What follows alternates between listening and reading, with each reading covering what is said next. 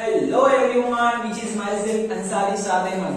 सो कैसे हो आप लोग? सो हमने प्रीवियस लेक्चर में देखे थे types of elasticity of demand. आज हम देखने वाले हैं types of price elasticity of demand. क्या देखने वाले हम? Types of price elasticity demand. इसमें कंफ्यूज नहीं होना है। Types of elasticity of demand अलग है, types of price elasticity of demand अलग है। स्टूडेंट क्या करते हैं mostly types of elasticity of demand exam पूछते हैं तो हम प्राइस इलास्टिसिटी डिमांड करके आते हैं।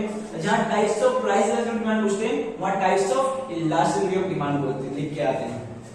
इसमें कंफ्यूजन नहीं होना है। नो कंफ्यूजन, ओनली प्रिपरेशन, अपना फंडा है।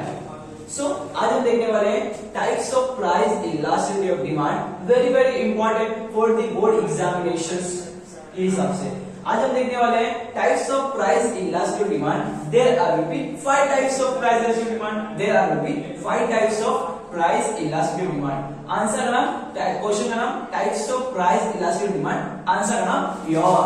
आंसर का नाम प्योर। आंसर का नाम pure. P for perfectly elastic demand. P for perfectly elastic demand. P for perfectly inelastic demand.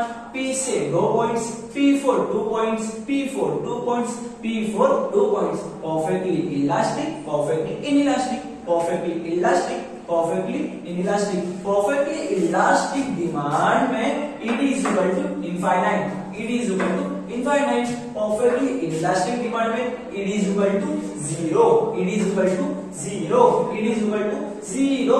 P for perfectly elastic demand. P for perfectly inelastic demand. U for unitary.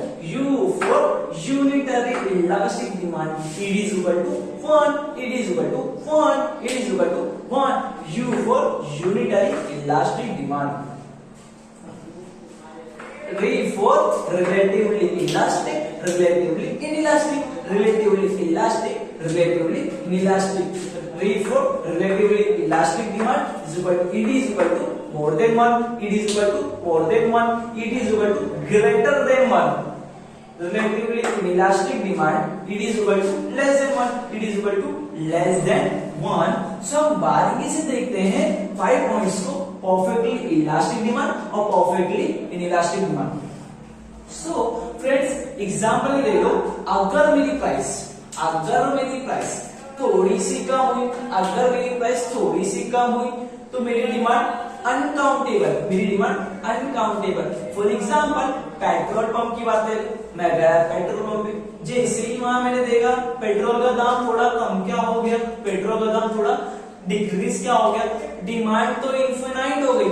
Infinite means क्या होता है? Uncountable. Infinite मतलब क्या होता है? Uncountable. Infinite क्या होता है? मींस अनकाउंटेबल, जिसको हम काउंट नहीं कर सकते हैं। सेकेंड पॉइंट आता है perfectly inelastic demand. Perfectly inelastic demand, इसकी एग्जांपल लेते हैं हम सॉल्ट की। इसकी एग्जांपल लेते हैं सॉल्ट की। अरे भैया प्राइस ज्यादा हो या कम हो डिमांड तो लगेगी, जितनी डिमांड पहले थी उतनी डिमांड अभी भी रहेगी। इसी को हम क्या कहते हैं? Perfectly inelastic demand. जब पढ़ते हैं unitary elastic demand. Unitary elastic demand, थोड़ा सा प्राइस में आया या ज्यादा आया, जितने प्राइस में चेंजेस आएंगे उतने डिमांड में चेंजेस आएंगे। ED is equal to 1. ED is equal to 1. Relatively elastic demand, जैसी मेरी प्राइस में थोड़ा सा बदलाव आया, जैसी मेरी प्राइस में थोड़ा सा बदलाव आया, मेरी डिमांड क्या हो गई? Greater than 1। मेरी डिमांड क्या हो गई? Greater than 1। जितना पहले थी उससे ज्यादा हो गई।